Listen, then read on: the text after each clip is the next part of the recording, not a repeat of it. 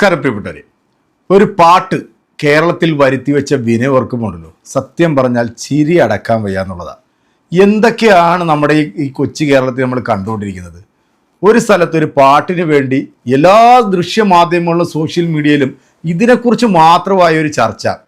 കഴിഞ്ഞ ഏതാനും വർഷങ്ങൾക്ക് മുമ്പ് നമ്മുടെ കലാഭവൻ ജീവിച്ചിരുന്ന ഒരു കാലഘട്ടത്തിൽ കോൺഗ്രസിൻ്റെ കരുണാകരനെ കുറിച്ചിട്ട് ഇതേ പാട്ട് തന്നെ ഒരു പാരഡിയായിട്ട് ഇറക്കിയിരുന്നു. അതിപ്പോൾ സമൂഹ മാധ്യമങ്ങളും സോഷ്യൽ മീഡിയയിലൊക്കെ വലിയ രീതിയിൽ തന്നെ തരംഗമായിട്ടുണ്ട്.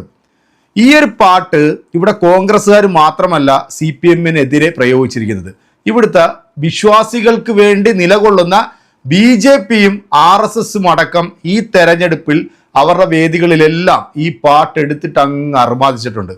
ഇപ്പം സ്വർണം കട്ടതും സ്വർണം കടത്തിയതും ഇവിടുത്തെ CPM-മാരാണെന്ന് പറഞ്ഞു കഴിഞ്ഞാൽ കേരളത്തിലെ ജനങ്ങളൊന്നും അതങ്ങ് അപ്പാടെ അങ്ങോട്ട് വിഴുങ്ങാനും വിശ്വസിക്കാനൊന്നും അവർ പൊട്ടന്മാരൊന്നും അല്ല. ഈ ആദ്യം ശബരിമല വിഷയം ഉണ്ടായപ്പോഴത്തേക്ക് വിശ്വാസികൾക്ക് വേണ്ടിയാണ് ഞങ്ങളെന്ന് പറഞ്ഞ് കുരച്ച് നടക്കുന്ന സംഘപരിവാർ പ്രസ്ഥാനങ്ങൾ എന്തൊക്കെ പ്രക്ഷോഭങ്ങളാണ് നമ്മുടെ ഈ നാട്ടിൽ നടത്തിയത്. പക്ഷേ ഈ സ്വർണം കടത്തിയതുമായി ബന്ധപ്പെട്ട് ഇതിനകത്ത് പിടിക്കപ്പെട്ടിരിക്കുന്ന പല പ്രതികളും മുഖ്യ പ്രതിയാണ്. ആ പ്രതിയുടെ പേര് ആരും ഇപ്പൊ ഇവിടെ പരാമർശിക്കുന്ന നമ്മളൊന്നും കണ്ടില്ല. ആ പ്രതി ആരുടെ ഭാഗമാണ്? ഇവിടുത്തെ സംഘപരിവാർ അനുഭാവിയാണ് അയാള്. അതിനെക്കുറിച്ചിട്ടുള്ള ഒരുപാട് വാർത്തകൾ വന്നു. പക്ഷെ നമ്മൾ ഇവിടുത്തെ എല്ലാ മാധ്യമങ്ങളും CPM-നെ ഇവിടെ എങ്ങനെയെങ്കിലും ഇല്ലാതാക്കണം എന്ന് കരുതി കൂട്ടിയാണ് ഇത്തരത്തിലുള്ള കാര്യങ്ങൾ ഇറക്കുന്നത്. പിന്നെ ഈ ഒരു പാട്ട് ശരിക്കും പറഞ്ഞാൽ ഈ ഒരു പാട്ടിന്റെ പുറകെ ഇവിടുത്തെ സഖാക്കന്മാരോ അല്ലെങ്കിൽ ഈ പറയപ്പെടുന്ന സർക്കാരോ പോകേണ്ട ഒരു കാര്യമില്ല. കാരണം അതൊരു പാട്ട് മാത്രം. ആ പാട്ടിന്റെ രീതിയിൽ വിട്ടുകൊടുക്കുക. ഇപ്പൊ ഈ പാട്ട് എഴുതിയിരിക്കുന്ന ഇത് പാടിയ മറ്റു 3 പേർക്കെതിരെ കേരള പോലീസ് കേസ് എടുത്തിരിക്കുകയാണ്. ഇതൊരു പാരഡി ഗാനമാണ്. ഇവിടെ പല പാട്ടുകളും ഈ ഇലക്ഷൻ നടക്കുന്ന സമയങ്ങളിൽ പല രാഷ്ട്രീയ പാർട്ടികളും അങ്ങോട്ടും ഇങ്ങോട്ടും ഉപയോഗിക്കാറുണ്ട്. എനിക്കൊന്ന് ഏറ്റവും കൂടുതൽ മുസ്ലിം ഗാനങ്ങളും അതിനകത്ത് മുസ്ലിം ചില ഭക്തി ഗാനങ്ങളടക്കം പാരഡി പാട്ടുകളായിട്ട് ഇവിടെ ഇറക്കിയിട്ടുണ്ട്. ഇവിടെ ആർക്കും ഒരു മുറിവും ഏറ്റിട്ടില്ല. പക്ഷേ ഞാൻ ഇന്നത്തെ ഈ ഒരു ഡിബേറ്റ് കണ്ടപ്പോഴത്തേക്ക് എനിക്ക് ഭയങ്കര അത്ഭുതം തോന്നിപ്പോയി. കാരണം ഇവിടുത്തെ ഹൈന്ദവമത വിശ്വാസികൾക്ക് വേണ്ടി ഘോരഘോരം സംസാരിക്കുന്ന ഇവിടുത്തെ ഹിന്ദുക്കളുടെ ഭാഗമാണ് എന്ന് പറഞ്ഞു നടക്കുന്ന ഇവിടുത്തെ ചില വിഷം വമിക്കുന്ന ചില വിഷബാബുക്കളുണ്ടല്ലോ, ആ ബാബുവൊക്കെ ഈ ചർച്ചയിൽ വന്നിരുന്നുകൊണ്ട് പറയുന്നത് കേട്ടിട്ട് സത്യം പറഞ്ഞാൽ ഞാൻ ഞെട്ടിപ്പോയെന്നുള്ള. കാരണം എന്തൊരു സ്നേഹം ഇപ്പൊ ഈ ഒരു പാട്ടിനോട് ഇവർക്കൊക്കെ. ചിലർക്കൊക്കെ ഈ പാട്ട് കേൾക്കുമ്പോഴത്തേക്ക് അസ്വസ്ഥത ഉണ്ടാകുന്നു. ചിലർക്ക് ഇവിടുത്തെ ഹിന്ദുമത വിശ്വാസത്തിന്റെ ആ വിശ്വാസത്തെ വ്രണപ്പെടുത്തി എന്ന രീതിയിൽ കുറെ ആളുകൾ രംഗത്ത് വരുന്നു. ഈ ഒരു പാട്ടുമായി ബന്ധപ്പെട്ട ആദ്യം കേസ് കൊടുത്തിട്ടുള്ള ആ ഒരു സംഘടന തന്നെ ഇപ്പൊ 2 തട്ടിൽ നിൽക്കുകയാണ്. കാരണം ഒരു വിഭാഗം പറയുന്നു ഇത് യാതൊരു തരത്തിലുള്ള ഇവിടുത്തെ ഹൈന്ദവ മത വിശ്വാസത്തെ വ്രണപ്പെടുത്തിയിട്ടില്ല, ചിലർ പറയുന്നു ഇതിന് വ്രണപ്പെടുത്തി. അപ്പൊ ഈ ചർച്ചയിൽ ഈ RB വിശ്വബാബു പറയുന്നത് കേട്ടപ്പം എനിക്ക് ചിരി വന്നു. പക്ഷെ ഇതിനൊക്കെ വളരെ കൃത്യമായ രീതിയിൽ മറുപടി കൊടുക്കുന്നത് നമ്മുടെ ഷാഫി ചാലിയുമാണ്. എന്തായാലും നമുക്ക് RB ബാബു പറയുന്നത് എന്താണെന്ന് കേട്ടിട്ട് ഇതിന് മറുപടി കൊടുക്കുന്ന ഷാഫി ചാലിയത്തിന്റെ ആ വാക്കുകൾ നിങ്ങൾ കേൾക്കാതെ പോകരുത്. അങ്ങനെ ഒരു വികാരം വ്രണപ്പെടുന്ന ഒരു തരത്തിൽ ഒരു പാട്ടായിട്ട് കേരളത്തിലെ ഹൈന്ദവ സമൂഹത്തിന് വിശ്വാസികൾക്ക് തോന്നിയതായിട്ട് എപ്പോഴെങ്കിലും ഒരു അഭിപ്രായം അഭിലാഷ് കേട്ടിട്ടുണ്ടോ? ഈ പാട്ടിറങ്ങിയിട്ട് ഇപ്പോൾ ഒരാഴ്ച ഒരു 10 ദിവസത്തിൽ കൂടുതലായിട്ടുണ്ടല്ലോ, അല്ലെങ്കിൽ 10-15 ദിവസമായി കാണും. ഇലക്ഷൻ കഴിഞ്ഞിട്ട് അതിന്റെ റിസൾട്ട് വന്നിട്ട് തന്നെ ഇപ്പോൾ 8 ദിവസമായി, 5 ദിവസത്തിൽ കൂടുതലായി. ഈ പാട്ടിനെ സംബന്ധിച്ച് വിശ്വാസികളുടെ ഭാഗത്തുനിന്ന് ആരെങ്കിലും ഒരു പരിഭവമോ പരാതിയോ ഉന്നയിച്ചതായിട്ട് എപ്പോഴെങ്കിലും കേട്ടിട്ടുണ്ടോ അഭിലാഷ്? നമ്മൾ ആരെങ്കിലും കേട്ടിട്ടുണ്ടോ? അപ്പോൾ ഇപ്പോൾ യഥാർത്ഥത്തിൽ എന്താണ് സംഭവം? ഈ പാട്ട് വലിയ തോതിൽ ആഘോഷിക്കപ്പെട്ടു. ഈ പാട്ട് ജനങ്ങളെ സ്വാധീനിച്ചു. അതിൽ ഏറ്റവും പ്രധാനപ്പെട്ട ഒരു വരിയായിട്ട് എനിക്ക് തോന്നിയത് സ്വർണം കട്ടത് ആരപ്പ സഖാക്കളാണ് അയ്യപ്പ എന്നുള്ള പാട്ട്. അത് സഖാക്കളുടെ ചങ്കിൽ കൊണ്ടൊരു വരിയാണ്. അത് കോൺഗ്രസ്സുകാർ മാത്രമൊന്നുമില്ല, എല്ലാവരും അത് ഉപയോഗിച്ചിട്ടുണ്ട്. ആ പാട്ട് ഭരണപക്ഷത്തെ എതിർക്കുന്ന CPM-നെ എതിർക്കുന്ന എല്ലാ രാഷ്ട്രീയ പ്രസ്ഥാനങ്ങളും BJP അടക്കം ഉപയോഗിച്ച പാട്ടാണ്. അത് ഏതെങ്കിലും കോൺഗ്രസിന്റെ പാട്ടാണെന്ന് ഞാൻ വിചാരിക്കാം, ലീഗുകാരൻ എഴുതിയ പാട്ടായിരിക്കാം. അങ്ങനെ അത്തരം പാട്ടുകളൊക്കെ എല്ലാവർക്കും സ്വീകാര്യമാണെങ്കിൽ എല്ലാവരും എടുത്ത് ഉപയോഗിക്കാറുണ്ട്. ഞാൻ മനസ്സിലാക്കുന്നത് BJP-യുടെ പ്രചരണ യോഗങ്ങളിലൊക്കെ ആ പാട്ട് ഉപയോഗിച്ചിട്ടുണ്ടെന്നാണ്. കാരണം അത് എല്ലാവർക്കും ഉൾക്കൊള്ളാവുന്ന ഒരു പാട്ടാണ്. ഈ കാലത്ത് ഈ ഗവൺമെന്റിന്റെ കീഴിൽ ദേവസ്വം ബോർഡും CPM നേതാക്കന്മാരും ചേർന്ന് നടത്തിയ ശബരിമല കൊള്ളയെ കൃത്യമായി വരച്ചു കാട്ടുന്ന ഒരു പാട്ടാണ്. സ്വാഭാവികമായിട്ടും ആ പാട്ടിന് അതിൻ്റെതായിട്ടുള്ള സ്വീകാര്യത ഉണ്ടാവും. അത് തെരഞ്ഞെടുപ്പിൽ വളരെയധികം സ്വാധീനിച്ചിട്ടുണ്ടാവാം. അത് മാത്രം സ്വാധീനിച്ചു എന്നൊന്നും ഞാൻ വിചാരിക്കുന്നില്ല. പക്ഷേ അത് വളരെ വലിയ തോതിൽ ജനങ്ങൾ സ്വീകരിച്ചു എന്നുള്ള കാര്യത്തിൽ സംശയമൊന്നുമില്ല. ഇത് പറഞ്ഞതേ ആരാണെന്ന് കണ്ടല്ലോ അല്ലെ?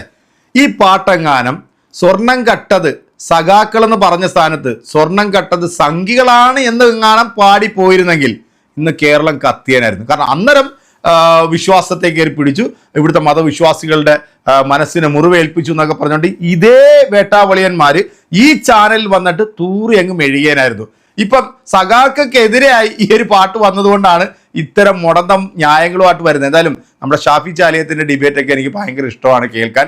അദ്ദേഹം വസ്തുതകൾ വെച്ചിട്ടാണ് പറയുന്നത്. പക്ഷെ ഈ ഒരു പാട്ടിനെ ആ ഒരു പാട്ടിന്റെ ലാഭത്തിൽ എടുത്താൽ മതിയായിരുന്നു. ഇതിനകത്ത് പാർട്ടി ഇടപെടേണ്ട ഒരു കാര്യമില്ലായിരുന്നു എന്നാണ് എൻ്റെ പേഴ്സണലായിട്ടുള്ള ഒരു അഭിപ്രായം. എന്തായാലും ഷാഫി പറയുന്നതും കൂടെ ഒന്ന് കേട്ടോ.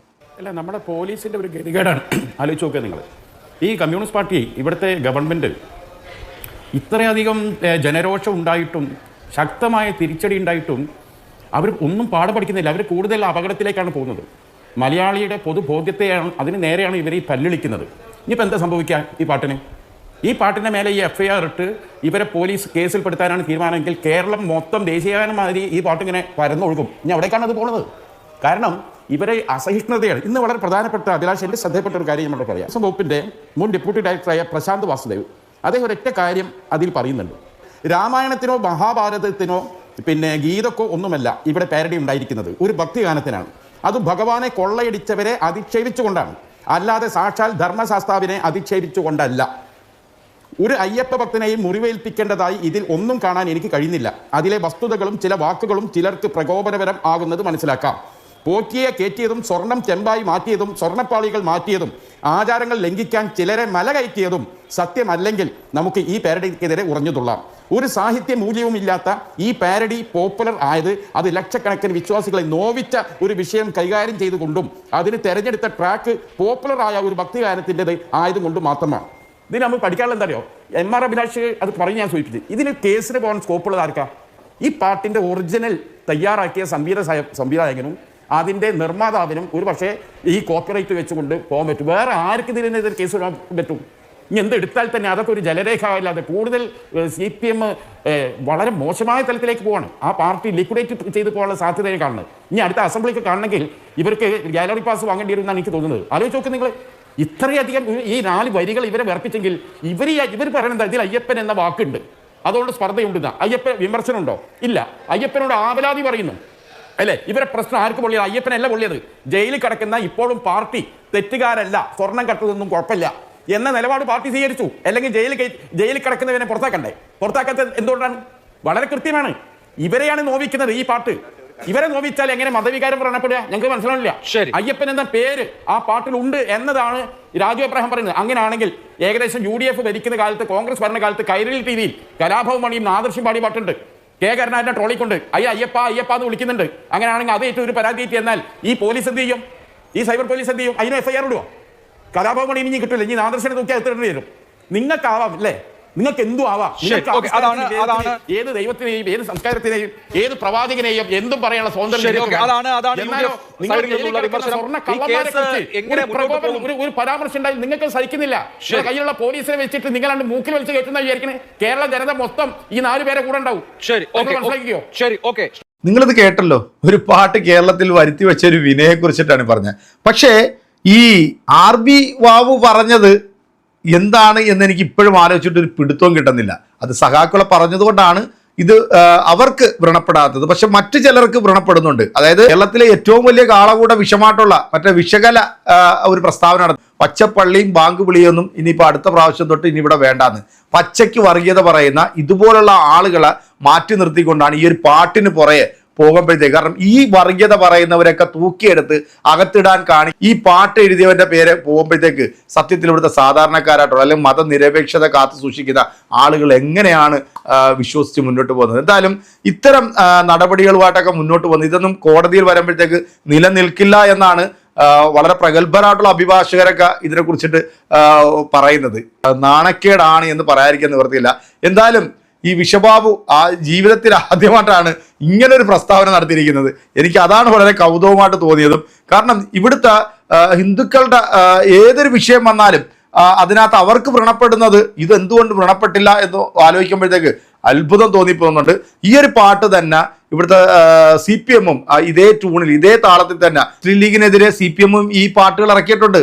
അതും സോഷ്യൽ മീഡിയയിൽ ഇപ്പം വലിയ രീതിയിൽ അതും വൈറലാവുന്നുണ്ട്.